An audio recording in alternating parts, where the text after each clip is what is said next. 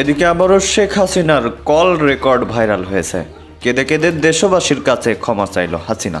তবে ডক্টর ইউনূসকে ক্ষমতা থেকে নামাতে আবারও নেতাকর্মীদের মাঠে নামার আদেশ দিয়েছেন তিনি। অন্যদিকে দীর্ঘ 5 মাস পরে আবারও দেখা মিলেছে ছাত্রলীগের সভাপতি সাদ্দাম হোসেনের। দিয়েছেন শেখ হাসিনার দেশে ফেরার তারিখ ঘোষণা।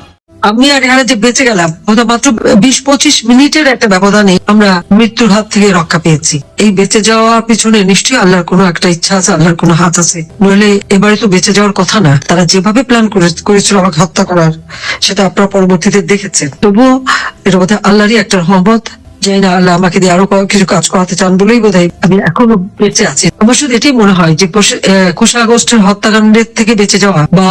সম্মানিত দর্শক মন্ডলী, চলমান রাজনৈতিক অঙ্গনের আপডেট নিউজ নিয়ে আজ আমি আপনাদের সাথে এমন কিছু চাঞ্চল্যকর ভিডিও চিত্র শেয়ার করতে যাচ্ছি যা দেখলে আপনি রীতিমতো অবাক হয়ে যাবেন। তাই আজকের এই ভিডিওটি সব মিলিয়ে অত্যন্ত গুরুত্বপূর্ণ হতে যাচ্ছে।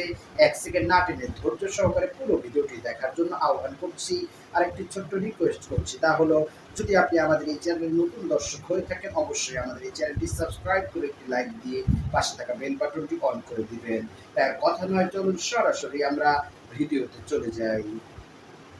নইলে এবারে তো বেঁচে যাওয়ার কথা না। তারা যেভাবে প্ল্যান করেছিল আমাকে হত্যা করার, সেটা আপনারা পরবর্তীতে দেখেছেন। তবুও এটা বোধহয় আল্লাহরই একটা রহমত।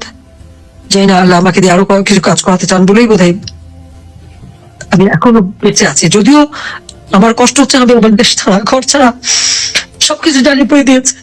32 নম্বর বাড়িটা পর্যন্ত জ্বালিয়ে দিল। আমরা দুই বন্ধুটা ব্যবহার করি নাই। আমরা তো এই সম্পত্তি আমাদের নিজেদের জন্য ব্যবহার করিনি। ওই বাড়ি থেকে 6 দফা আন্দোলন, ওই বাড়ি থেকে স্বাধীনতার ঘোষণা দিয়েছেন জাতিপিতা, আর ওই বাড়িতেই তো আমার বাবা মা সব জীবন দিয়েছেন, তাদের রক্তের দাগ। আমরা বঙ্গবন্ধু স্মৃতি জাদুঘর করে দিয়েছি। কত দেশি বিদেশি নেতারা ওই ভাষায় ওই ভবনটা তারা ভিজিট করেছেন, কত মতামত মন্তব্য লিখেছেন। সেই স্মৃতিটুকু তারা জ্বালিয়ে পুড়ে শেষ করে দিল। যে স্মৃতিটুকু নিয়ে শুধু আমরা বেঁচে ছিলাম 2 বোন, সেটুকু রাখলো না। আমাদের অন্যায়টা কি? আমাকে কেন ফেসিস্ট বলা হয়, কেন শয়তান বলা হচ্ছে? আমি কোন স্বৈরাচারী কাজ করেছি? আজকে আপনারা একটু তুলনা করেন তো। এই ইউনূস ক্ষমতা আসার পর ছাত্রদের এমন ভাবে বেয়াদব করেছে, এমন ভাবে ব্যবহার করতে আছে। ছাত্ররা শিক্ষকদের হামলা করে, তাদের গলায় জুতার মালা পরায়, তাদের গাছের সাথে বাঁধে, তাদেরকে পদত্যাগে বাধ্য করে। প্রিন্সিপাল, ভিসি, শিক্ষকদের, সংখ্যালঘুদের উপর হামলা। শুধু সংখ্যালঘু কেন, তারা সমস্ত দরগা শরীফ, পীর আউলিয়ার মাজার, সেখানেও তারা হামলা করে। সেখানে হামলা করছে, মসজিদ টসজিদ সব ভাঙছে, পাশাপাশি গির্জা, একটা গির্জা ভেঙেছে, খ্রিস্টানদের উপর হামলা, হিন্দুদের উপর হামলা, বাড়ি বাড়ি হামলা করে তাদের মেয়েদের উপরে অত্যাচার, তাদের সমস্ত লুটপাট করে নিয়ে আগুন জ্বালিয়ে দিচ্ছে, ব্যবসা প্রতিষ্ঠান ধ্বংস করছে। সবচেয়ে বড় কথা, পুলিশ কত হাজার যে পুলিশ হত্যা করেছে, এবং শুধু হত্যা করে না, হাত কেটে দেওয়া, পা কেটে দেওয়া, আগুন দিয়ে জ্বালিয়ে দেওয়া, সেই কাণ্ড পর্যন্ত করেছে। তারপর অজস্র মিথ্যা মামলা। আমার বিরুদ্ধে 155টার মতো মামলা দিয়েছে, যার অধিকাংশ হত্যা মামলা। আবার আমি যাদের হত্যা করেছি তার মধ্যে ইতিমধ্যে প্রায় 35 জন জীবিত হয়ে ফিরেও এসেছে, কিন্তু মামলা নিয়েই যাচ্ছে। আমার বিরুদ্ধে, রেহানার বিরুদ্ধে, পুতুলের বিরুদ্ধে, জয়ের বিরুদ্ধে, সবার বিরুদ্ধে মামলা। ববি সে তো এনডিপি তে কাজ করে। ববি, আমি, রেহানা, আমাদের সকলে, পুতুল, সবার, পুতুল WHO তে আপনারা জানেন যে সে আঞ্চলিক একজন ডাইরেক্টর হিসেবে, যেখানে 10টা ভোট ছিল, 10টা দেশের ভোট, তার মধ্যে সে 8টা ভোট পেয়ে সে এই পদটা WHO সে পেয়েছে।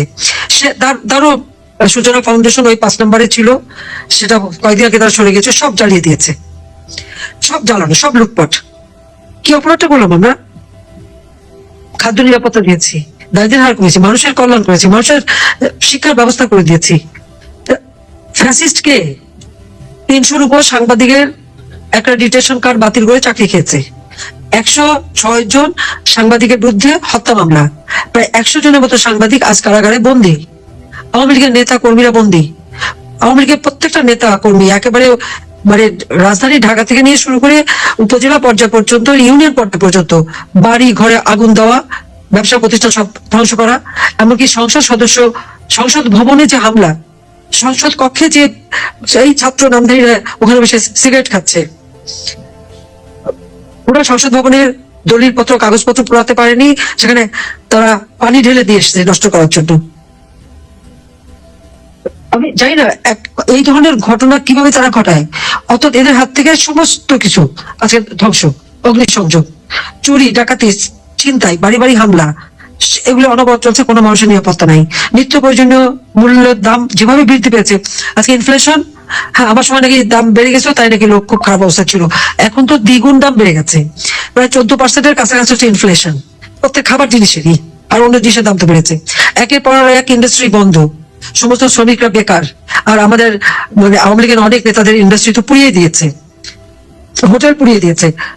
এবং এই যে গার্মেন্টস, আমরা সব থেকে, আমরা তো দ্বিতীয় নম্বরে ছিলাম গার্মেন্টস এক্সপোর্টে, 50% তা কমে গেছে।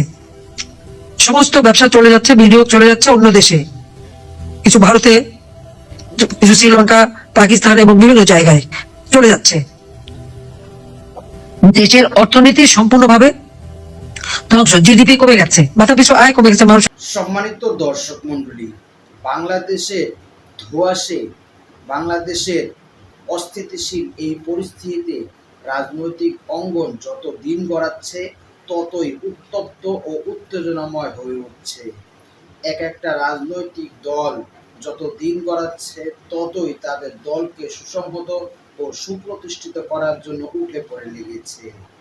এবং এক শ্রেণীর অসাধু সাংবাদিক এবং অনলাইন ক্রিয়েটররা শেখ হাসিনাকে দেশে ফিরে আনার জন্য এবং শেখ হাসিনার পক্ষে জাতিসংঘ কথা বলছে, তার পদত্যাগপত্র সঠিক নয় বা তিনি কোনো প্রকার পদত্যাগপত্র স্বরাষ্ট্রমন্ত্রী আসাদুজ্জামান খান কামালের হয়ে এমনকি রাষ্ট্রপতি চুপ্পুর কাছেও নাকি নেই, এমন খবরে জাতিসংঘের ঐক্যমতে শেখ হাসিনা নাকি এখনো বাংলাদেশের বৈধ প্রধানমন্ত্রী।